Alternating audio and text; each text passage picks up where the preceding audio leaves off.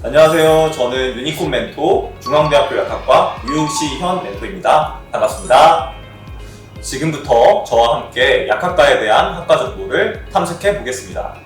유니콘 멘토 멘토링이 앞으로 여러분들의 진학을 결정함에 많은 도움이 되기를 희망하겠습니다. 감사합니다.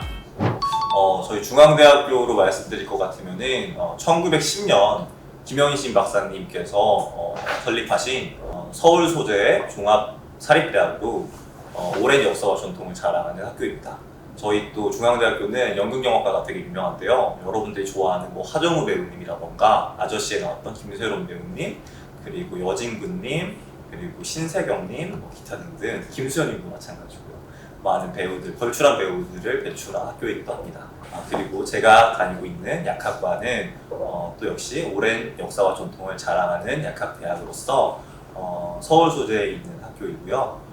저희 약학과는 이제 약에 관련되어 있는 전반적인 과목들을 배우는 학문이에요. 사실 약이라는 거는 화학 물질이거든요, 대부분이. 그래서 화학을 기본으로 하는 생물학이라던가 분자 생물학이라던가 화학 구조에 대한 것들도 많이 배우고요. 그다음에 인체 생리학이라던가 이런 것들에 대해서 많이 배우는 학과입니다. 약학과는 약물에 대해서 공부를 하는 학과이기 때문에 기본적으로 약물학을 베이스로 깔고 들어갑니다. 약물학은 우리가 많이 사용하고 있는 약물을 그냥 공부하는 학문이라고 생각하면 되고요. 약물학과 이제 같이 공부하는 것으로 약물학 실습 시간이 있는데, 이제 약물학 실습 시간에는 우리가 많이 사용하고 있는 약물들을 실제 생쥐에게 주입해가지고 생쥐들의 반응을 살펴보는 그런 실습 활동을 하고 있습니다. 약학과에서 배우는 과목들은요. 이제 기본적으로 일반 화학이랑 일반 생물학을 기본으로 합니다. 그리고 이제 3학년으로 올라오게 되면은 여러 가지 전공 과목들을 공부하게 되는데요. 약물학이라던가 해부생리학, 병태생리학, 생화학, 약무 경영학, 약무 정책학, 이런 약물에 대한 대부분의 것들을 공부를 하고, 약물에 의해서 발생하는 부작용에 대해서 독성학이라던가 예방약학, 기타 등등의 많은 과목들을 공부하고 있습니다. 저는 이제 그 수능 공부를 할 때 물리 공부를 되게 좋아했습니다. 네, 물리 공부를 되게 좋아했었는데 약대에서도 물리랑 관련되어 있는 공부를 하긴 합니다. 이제 그게 이제 약품 물리학이라고 하는 건데, 어떠한 약품들이 우리 몸속에 들어와서 몇 시간 후에는 우리 몸에 어느 정도의 농도로 남아있고 몇 시간 후에 얼마만큼 약물들이 배설되는지 그런 것들을 정량적으로 계산하는 학문인데요. 저는 그런 수치화되어 있는 것들을 되게 좋아하기 때문에 약품 물리학을 좋아합니다. 제가 지금 6학년 재학 중입니다. 이제 약대는 6년제학교 학제이기 때문에 이제 제가 졸업반이라고 할 수 있어요. 이제 내년 2월이 되면은 제가 졸업을 하게 되는데, 많은 분들께서 약사가 되면은 그냥 지역 약국, 동네 약국, 흔히 말하는 그런 곳에서 일한다고 많이들 생각하세요. 물론 그것도 틀린 말은 아니지만 그런 거 말고도 지금 코로나 시국에 때문에 되게 유명해진 질병관리청, 질본, 아니면 식품의약품안전처, 식약처, 그리고 기타 건강보험관리공단이라던가 이런 정부 부처에서 일하는 공무원으로도 일할 수 있고요. 그리고 제약회사 또는 화장품 회사, 이와 관련돼 있는 공장에서 관리직을 맡아서 일할 수도 있고요. 그리고 병원에서 일하는 임상약사로 활동할 수도 있습니다. 이렇게. 그리고 조금만 더 공부를 해서 대학원까지 다니게 된다면은 신약을 개발하는 일선에서 일하는 연구원 활동도 할 수 있습니다. 네. 약학과는 되게 다양한 비전을 가지고 있는 학과입니다. 저 같은 경우에는 일단 군대에서 군복무 시절에 뭐랄까요, 이제 야간 근무를 쓰거든요. 새벽에 잠도 못 자고 근무를 쓰거나 땡볕 채서 훈련을 받거나 하잖아요. 그리고 생활이 바뀌어지고 하다 보니까 스트레스도 받게 되고, 그래서 복합적인 요인이었던 것 같아요. 복합적인 요인에 의해서 뭔가 얼굴에 피부염이랑 여드름 이런 게 엄청 많았던 시절이 있었어요. 그때 뭔가 되게 자존감도 낮아지고 엄청 힘들었던 것 같아요. 근데 뭔가 적절한 치료를 뭔가 밖에 나가서 받고 싶은데 아무래도 군대에 있다 보니까 시기적절하게 외과적인 치료를 받을 수가 없었어요. 그래서 이제 먹는 경구 목용약이라던가 아니면 바르는 거, 연고나 크림 같은 외용제에 되게 많이 의존을 했었거든요. 그렇게 해서 많이 결과가 호전됐었던 것 같아요, 증상이. 근데 이제 제가 너무 약에 대한 지식도 많이 없었고 그 약에 너무 의존을 했던 나머지 외용제를 오랜 기간 동안 너무 많이 발랐던 거죠. 그 약이 무슨 성분인지도 정확히 모르고. 그래서 이제 안면 홍조라던가 발진이라던가 이런 부작용들을 또 오랫동안 겪었어야 됐어요. 그래서 저 같은 사람이 더 안 생겼으면 좋겠다는 생각을 하게 됐고요. 약에 대한 정보를 많은 사람들한테 전파해 줄 수 있는 사람, 또는 더 나아가서 부작용이 적은 약을 개발하는 그런 연구자가 되고 싶다는 생각을 했습니다. 그때부터 제가 약대를 진학하려고 생각을 했고요. 약대에 가는 과정에 대해서 말씀을 드리자면 여러분들이 아실지는 모르겠는데 2009년부터 작년까지는 약대에 입학하려면은 다른 대학교에서 2학년을 수료를 한 이후에 3학년으로 편입하는 그런 과정으로만 들어가야 됐었어요. 그래서 저는 일단 고등학교를 졸업하고 고려대학교 생명과학대학 환경생태공학부에 진학을 했고요. 그곳에서 2학년까지 수료를 한 이후에 군대를 갔기 때문에 이제 제가 약대에 가고자 하는 마음이 되게 절실했기 때문에 전역하자마자 약대 입시 학원이 있어요. 학원 등록해가지고 종합반에서 거의 진짜 매일 하루 종일 공부만 했던 것 같아요. 항상 6시에 일어났고요, 아침에. 그리고 학원에 8시까지 등원했고, 점심 먹을 시간이 아까워가지고 점심은 제가 과일이랑 미숫가루 같은 선식, 그리고 그런 것들 챙겨가지고 점심시간 거의 5분 내외로 해서 항상 공부했던 것 같고, 밤 11시까지는 항상 공부를 했었어요. 그리고 12시 반에는 꼭 잤고, 일주일에 7일 중에서 6일을 그렇게 생활하고, 일요일은 또 체력 관리를 위해서 달리기를 한다는 등 그런 식으로 체력 관리하면서 꾸준히 한 6개월 이상 공부를 계속했습니다. 그렇게 해서 피트라는 시험이 있어요. 약학대학 입학 자격 시험인데요. 꽤나 좋은 성적을 받았고, 중앙대학교 약학대학 가군 우선 선발로 합격했습니다. 저 같은 경우에는 이제 그 당시에 제가 약대 입학할 때 제도상의 문제 때문에 약대에 바로 입학할 수 없고 고려대학교에서 2년을 수료한 후에 편입을 했지만 2022학년도 여러분들이 수능을 보실 때부터는 수능을 보시고 바로 1학년으로 약대에 진학할 수 있기 때문에 지금 약대에 진학하고자 하는 학생들이 있다면은 공부를 좀 열심히 하셨으면 좋겠습니다. 저는 이제 고등학교에서 고려대학교에 입학할 때는 수시 논술 전형으로 합격을 했습니다. 수시 논술 전형 같은 경우에는 수학이랑 과학에 관련돼 있는 어려운 문제들을 논술 형식으로 푸는 방식인데요. 이것도 다 일단 수능 성적이 기본이 되긴 돼야 되는데, 그게 왜 그러냐면 우선 선발을 위한 수능 커트라인이 있어요. 수능 등급 커트라인이.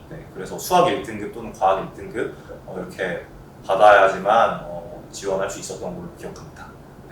그리고 약대에 입학했을 당시에는 일단 피트 시험을 봐야 하고요. 피트 시험 점수를 가지고 내가 원하는 약대에 원서를 제출합니다. 그리고 영어 성적이라던가 대학교 2년 동안 다녔을 때 학점, 그리고 면접 점수까지 종합적으로 판단하여 약대에 입학할 수 있는데요. 저 같은 경우에는 피트 점수랑 영어 점수, 그리고 전적대학교의 학점이 우수했기 때문에 면접 없이 우선 선발 전형으로 합격하게 되었습니다. 2022학년도부터 대학에 입학하게 될 수험생들 같은 경우에는 수능을 보고 바로 원서를 지원할 수 있습니다, 약대에. 근데 수시 전형도 있고 정시 전형도 있는데 여러분들의 그런 상황에 맞는 전형을 잘 선택하셔서 좋은 결과 있길 바랍니다. 우선 제 수능 점수를 먼저 말씀드리면, 저는 너무 오래전이라 사실 정확히 기억은 나지 않는데 국어는 100점이었고요. 그 다음에 수학은 하나 틀려서 1등급이었고, 그 다음에 영어는 제가 빈칸 추론 3점짜리 3문제를 틀려서 2등급이었어요. 91점. 그리고 과학 탐구도 물리랑 생물 봤는데 둘 다 2등급이었습니다. 이게 지금 올해부터, 그러니까 2022학년도부터 이제 수능을 보고 약대에 가는 입학 전형이 바뀌어가지고 제가 미리 나와 있는 입시 결과표 커트라인 표를 좀 보고 왔는데요. 중앙대학교 약학대학 같은 경우에는 지방대학교 의대 정도 수준이라고 생각하시면 될 것 같아요. 1.5등급은 받아야 그래도 학종으로 써볼 수 있지 않을까. 또 정확히는 건 아니니까 항상 여러분들이 찾아봐야 돼요. 남한테 의존하려고 하지 말고 여러분들 필요한 정보가 있으면 여러분들이 찾아보셔야 됩니다. 한 1.5등급은 받아야 될 거예요, 아마. 네. 이제 약대 편입할 때는 전적대학교에서 2년 동안 수료했던 학점이 매우 중요한데요. 저 같은 경우에는 100점 만점에 91점이었던 것 같습니다. 근데 다른 동기들이나 선후배들의 점수를 보면은 보통 못해도 89점에서 아주 높으신 분들은 99점에서 100점도 있고요. 그 밑에 학점은 잘 보지 못한 것 같습니다. 네, 여러분 저는 수능 2014학년도 대학 수학 능력 시험 국어 영역 만점자로서 여러분들 자신 있게 국어 공부법을 말씀해 드릴 수 있습니다. 국어는요 여러분 많이 하지 마세요. 절대 많이 하지 마시고 하루에 비문학지문 하나, 문학지문 하나 이거를 읽기만 하세요. 문제를 풀지 마세요 여러분. 문제를 푸는 건요 지문을 100% 이해하면 문제는 자동으로 풀리게 돼 있어요. 지문을 읽는 방법부터 연습하세요. 하루에 한 지문도 괜찮고 두 지문도 괜찮으니까 그걸 꾸준히 한번 해보세요. 내가 이 글을 읽고 남한테 설명할 수 있을 정도로. 설명하지 못하는 지식은 내 지식이 아닙니다. 그래서 여러분 국어 과목을 준비할 때는 일단 이렇게 지문을 이해할 수 있는 능력을 기본으로 해가지고 문제풀이를 해야지 무조건 드립다 양으로만 이렇게 승부하면은 그건 절대 안 됩니다. 저는 양보다 질로 승부하라 이렇게 말씀드리고 싶습니다. 영어. 여러분 저는 영어를 제가 좀 항상 컴플렉스였어요. 영어를 제가 좀 시골 출신이고 영어에 좀 익숙함이 좀 많이 없었던 것 같아요. 아직도 외국인들을 보면은 조금 무섭거든요. 뭔가 저 예전에 롯데월드를 한번 갔었는데 우연히 어떤 분한테 사진을 찍어달라고 했었거든요. 근데 그분이 외국분이신 거예요. 이제 뭐 사진을 찍어달라고 영어로 말을 해야 되는데 그 말이 생각이 안 나는 거예요, 영어로. 그래서 그냥 카메라 들이밀면서 픽처 플리즈 이랬던 것 같은데 그때 제가 너무 부끄러웠습니다. 20년 정도 영어 공부를 했는데 사진 찍어달라는 말을 영어로 못하나 싶어가지고 근데 여러분들 또 이게 프리토킹이랑 또 시험 공부랑 또 전략이 다르잖아요. 또 저는 시험에는 자신이 있었거든요. 일단 여러분 단어를 많이 외우십시오. 단어. 한 문단을 이해하는데 뭐 모르는 단어가 5개 이상이다 이러면은 그 문단은 이해할 수가 없는 거예요. 여러분 단어를 일단 외우십시오. 그러면은 이제 뭐 해석하는 방법 같은 거는 시중에 나와 있는 책들이 많이 있지 않습니까? 주어 찾고 동사 찾고 다 기본적인 것들. 단어의 암기가 일단 우선이 되어야 한다라고 생각합니다. 여러분 영어 단어를요 저 같은 경우에는 책상에 앉아서 영어 단어를 외우지 않았어요. 책상에 앉아서는 뭐 수학도 공부해야 되고 국어도 공부해야 되고 과학도 공부해야 되고 사회도 공부해야 되고 공부할 게 너무 많잖아요. 그래서 이동하는 시간 있죠? 이동하는 시간에 단어장을 들고 다니면서 단어를 외웠던 것 같습니다. 우리 영어를 어려워하는 학생분들이 뭐 많이 있을 거라고 생각합니다. 저도 학창 시절에 영어를 매우 어려워했습니다. 일단 단어를 여러분들이 많이 아셔야 되는데 단어장은 그냥 서점에 가셔서 그냥 아무거나 사세요. 단어장은 다 거기서 거기입니다.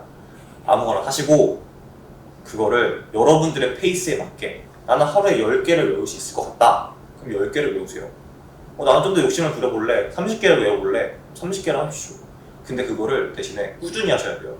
외우는 방법은 각자만의 방식이 있을 거예요. 어떤 분들은 뭐 노래를 음절을 달아가지고 음을 만들어서 노래를 부르면서 외우면 잘 외워져요. 저는 뭐 학생한테 가르치듯이 말하면서 하면 잘 외워져요. 쓰면서 해야 돼요. 들으면서 해야 돼요. 각자의 방식이 있을 거예요. 그걸 제가 딱 여러분들한테 알려드릴 수는 없어요. 그건 여러분들이 학습을 하다가 찾아가는 거예요. 스스로의 방법을. 저는 그냥 무작정 쓰면서 읽으면서 외웠습니다. 쓰면서 읽으면서 외우게 되면은 일단 눈으로 한 번 보죠. 쓰면서 2번 보죠. 말하니까 귀로 들으면서 3번 보죠. 그러니까 한 번 쓸 때도 이 3번의 효과를 낼 수 있다고 생각하거든요. 이런 식으로 여러분들이 영어 공부를 하다 보면은 어느 순간 눈이 트입니다. 네. 그러면 여러분들의 성적은 또 금방 올라가는 건 시간 문제고 꾸준함이 항상 중요한 것 같습니다. 일단 수학은 여러분들 너무 문제에 집착하지 마세요. 수학은 결국에 개념 싸움입니다. 개념.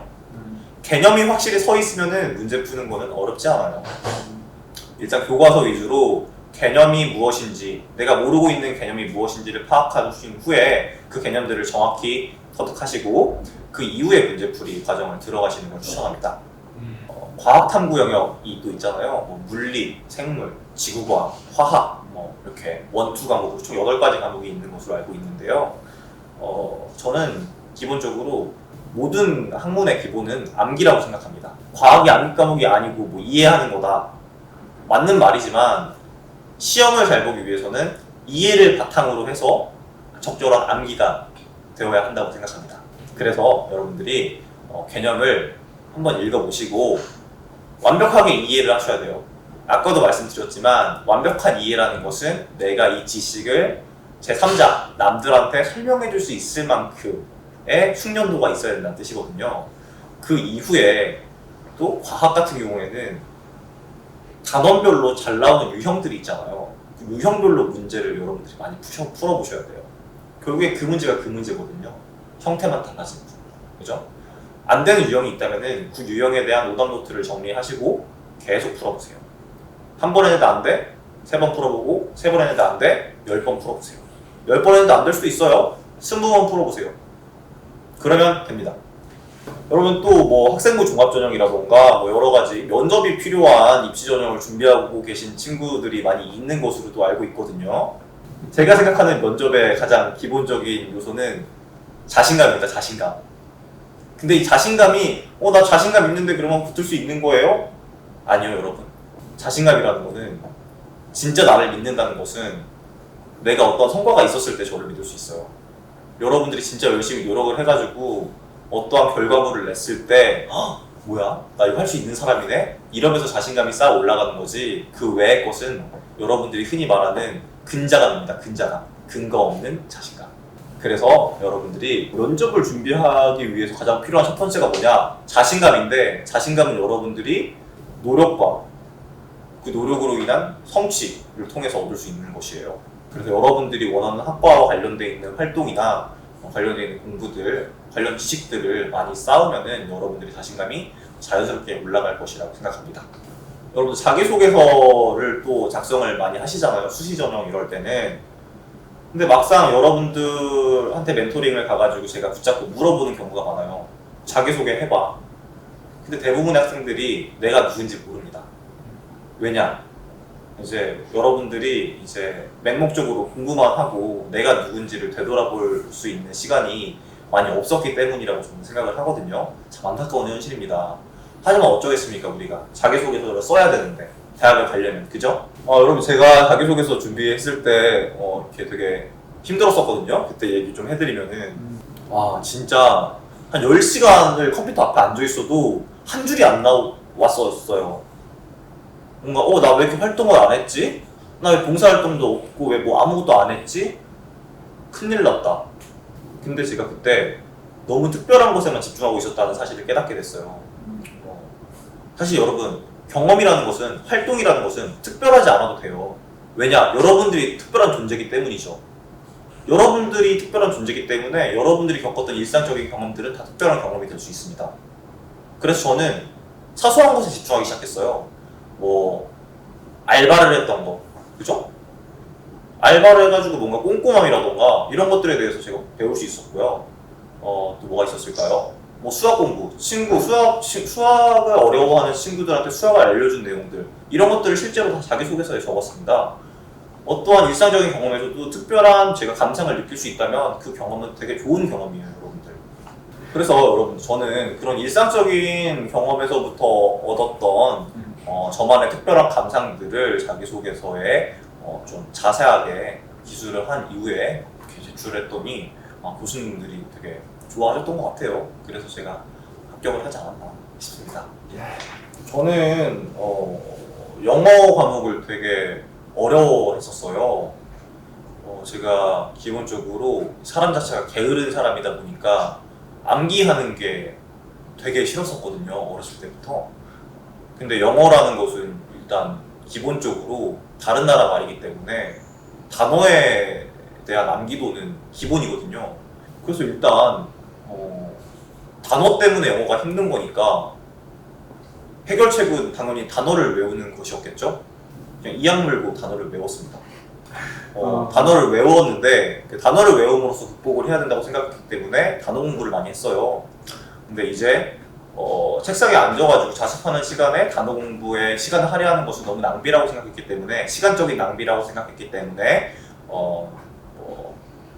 학교 끝나고 집까지 걸어가는 시간, 점심시간에 교실실 가는 시간, 저녁 시간, 점심 시간 이렇게 틈틈이 시간을 활용해서 단어장을 항상 이렇게 들고 다니면서 외웠던 것 같습니다. 일단 단어가 제 머릿속에 단어가 많이 들어있으니까 문단을 해석하는 것도 훨씬 용이해졌고요. 그 문단이 어떤 의미를 갖고 있는지도 당연히 쉽게 이해가 됐었습니다. 그러다 보면 당연하게 점수가 많이 올랐던 것 같습니다. 저희 약학대학 입문 자격시험, 아까 제가 말했던 피트라는 시험은 4과목으로 구성이 되어 있습니다. 일반 물리학, 일반 화학, 유기화학, 일반 생물학, 대학교에서 배우는 과학 관련 과목들인데요. 여러분들이 지금 배우고 있는 물리 1, 2, 생물 1, 2, 화학 1, 2와 그렇게 크게 다르진 않아요. 그래서 고등학교 때 공부를 했던 방식처럼 공부를 했던 것 같습니다. 일단 모든 과목의 개념 이해는 기본이고요. 개념 이해됐으면 그 개념을 철저하게 암기를 해서 툭 치면은 툭 나올 수 있도록 그렇게까지 암기를 했고요. 그 다음에 잘 나오는 유형들을 유형별로 정리해서 계속 풀어보고 잘 안 되는 유형이 있다면은 10번이고 100번이고 계속 풀어서 내 것으로 만들었었습니다. 일단 중학교를 재학하던 당시에 여름방학, 겨울방학 때는 이제 어머니의 손에 이끌려서 이런 학원, 저런 학원, 영어학원, 수학학원, 학원에 되게 뺑뺑이를 돌았던 것 같아요. 근데 제가 중학교 때는 공부를 그렇게까지 열심히 하지 않아서 가지고 그냥 엄마가 시키는 대로 하긴 했었는데 지금 생각해보면은 참 돈 낭비, 시간 낭비였던 것 같아요. 고등학교를 재학하던 당시에는 이제 제가 좀 정신을 차려서 좀 자기주도 학습을 했었거든요. 그래서 고등학교 때부터는 방학 때 학원 같은 거는 일절 다니지 않았고 학교를 안 가니까 제가 평소에 부족하다고 생각했던 과목들에 집중할 수 있게 되잖아요.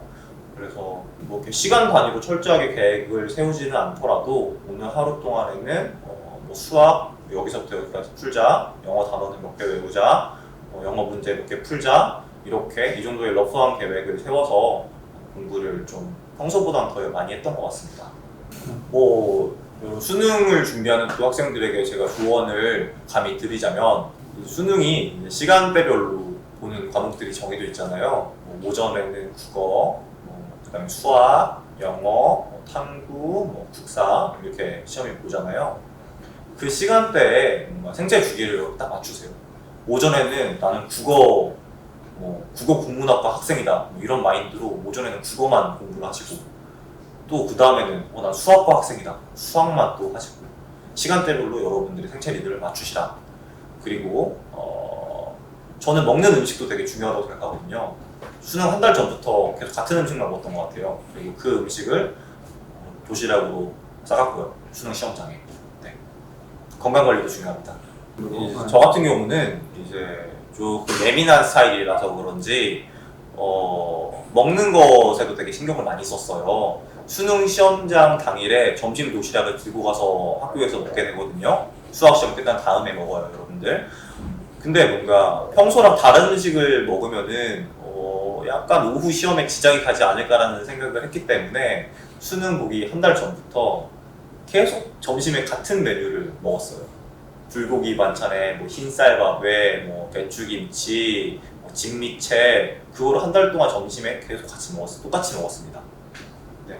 역시 그래서 이제 수능 때도 이제 너무 이제 익숙한 메뉴니까 평소 같이 이제 긴장도 안 되고 오히려 더 차분하게 오후 시험을 임할 수 있었던 것 같아요. 저는 이제 고등학교 재학 당시에 정규 수업 때 국어, 영어, 수학 학교 선생님들이 진행하시는 수업 있죠? 그 수업들은 그 수업 시간에 되게 집중을 했던 것 같아요. 그리고 그 외의 시간, 쉬는 시간도 있고요. 점심시간, 저녁 시간도 있겠죠? 그런 시간에는 시간을 허투루 쓰지 않았던 것 같아요. 왜냐면 제가 공부를 그렇게 아주 잘하는 상위권 학생이 아니었기 때문에 남들보다 하는 것만큼, 그러니까 남들이 하는 것만큼 하면은 계속 그 격차는 유지가 되잖아요. 남들이 쉬는 시간에 내가 공부를 해야지만 그들과 비슷한 위치로 따라갈 수 있지 않을까라는 생각 때문에 뭐 점심시간에도 밥 빨리 먹고 그냥 애들 떠들고 놀 때도 그냥 앉아서 공부하고 이어폰 끼고, 뭐 저녁 시간에도 그랬고, 방과 후에 야간 자율학습 시간에도 되게 집중해서 공부했고, 저의 고등학교 생활은 공부의 연속이었습니다. 중간고사, 기말고사 하는 여러분들 누가 출제하죠? 그렇죠. 교과목 선생님들이 출제를 하십니다. 가끔 교무실에 갈 일이 있을 거예요. 뭐 나쁜 짓을 해서 갈 수도 있고, 아니면 뭐 질문이 있어서 갈 수도 있고, 담임 선생님이랑 상담을 하러 갈 수도 있겠죠. 그럴 때 교과목 선생님들의 책상을 한번 자세히 잘 보세요. 어떤 학습지, 어떤 문제집, 어떤 참고서가 있는지.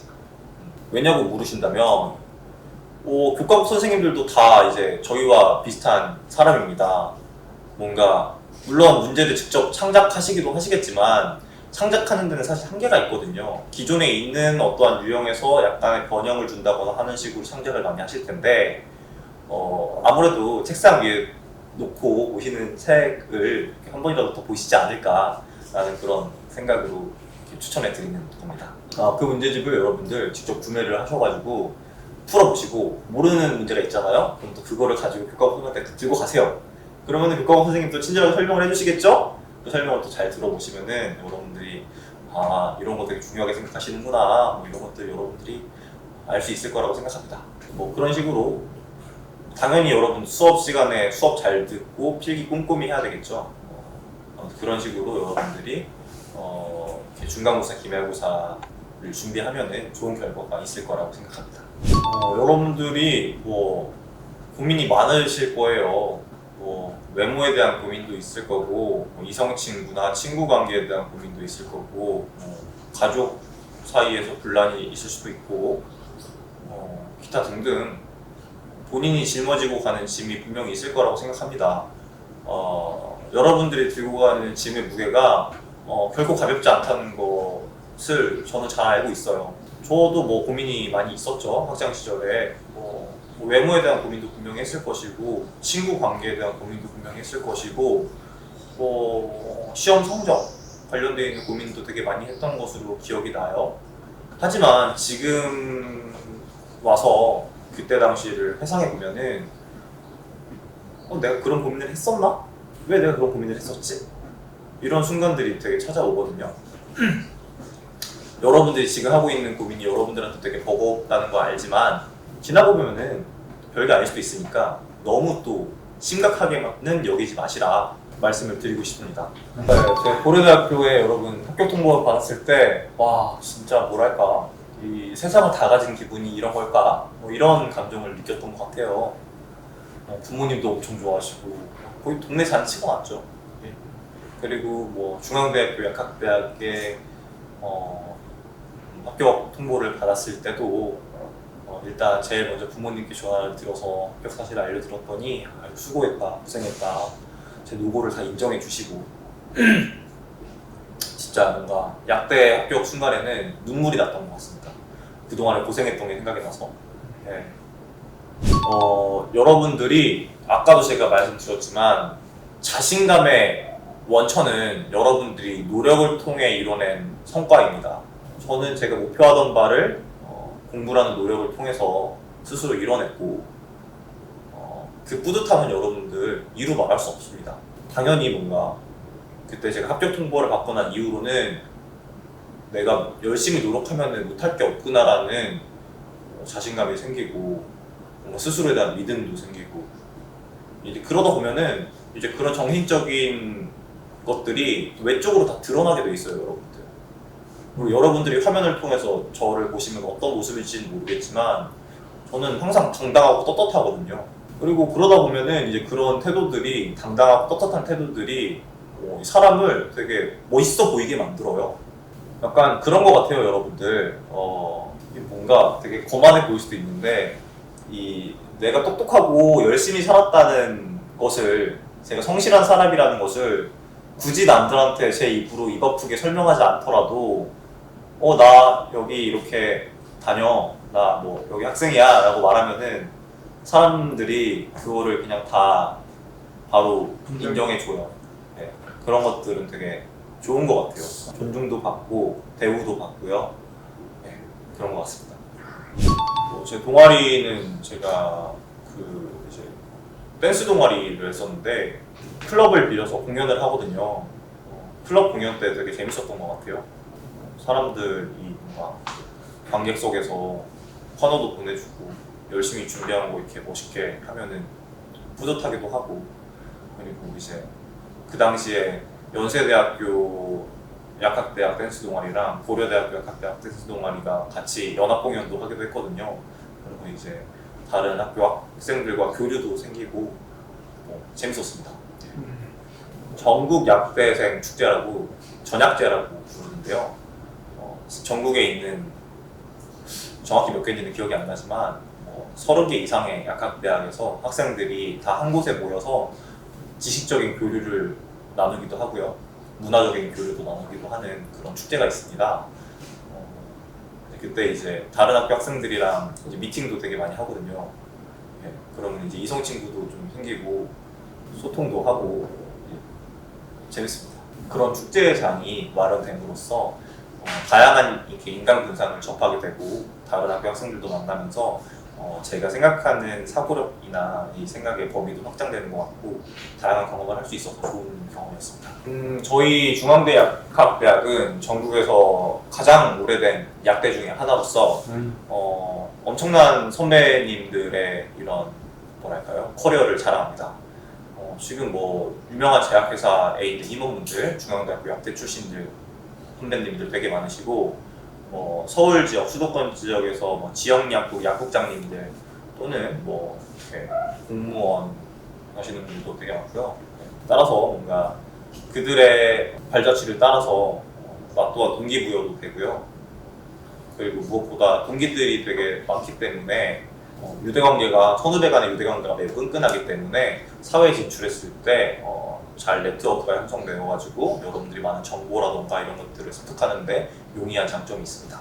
약학과의 장점이라고 한다면 일단 약대를 졸업하게 되면 여러분들이 약사 면허증을 취득할 수 있는 자격이 주어져요. 물론 국가고시를 가서 약사 면허를 취득해야 되긴 하지만 약사 면허를 취득을 하면 이제 여러분들이 전문 직종이라고 불리는 직군에 들어가게 되는 것인데 제가 생각하기로는 면허가 있으면은 먹고 사는 데는 지장이 없다라고 말씀드릴 수 있을 것 같아요.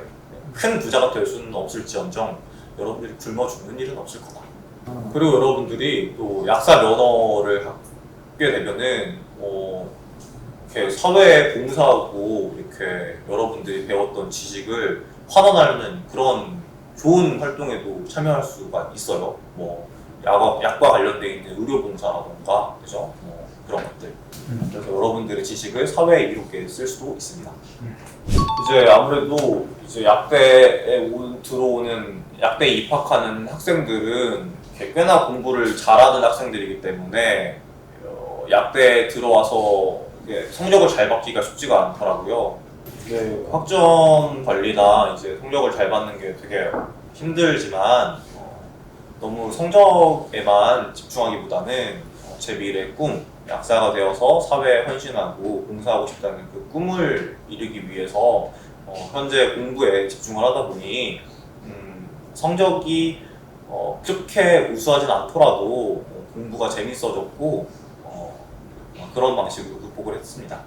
제가 그 당시에는 너무 뭐랄까요, 여러분들이 흔히 하는 말로 쫄보였어요. 쫄보. 뭔가 시험 한 문제 한 문제 뭔가 전전긍긍하고 성적에 되게 중요하게 생각하고 이랬었는데 사실 뭔가 이렇게 담대한 마인드로 여러분들이 실험을 치르면은 결과가 더 좋은 경우가 많은 것 같거든요. 떨지 않고 긴장하지 않고 뭔가 그런 대범함 이런 것들은 제가 보완하고 싶습니다. 저는 물론 여러분들이 보기에는 제가 뭔가 이미 꿈을 충분히 이룬 사람인 것처럼 보일 수도 있겠지만 저는 아직도 배가 고픕니다. 이뤄야 할 것들이 많이 있다고 생각해요. 일단 당장은 약대를 졸업하고 국가고시를 합격을 해야 약사 면허증을 취득할 수 있는 거고요.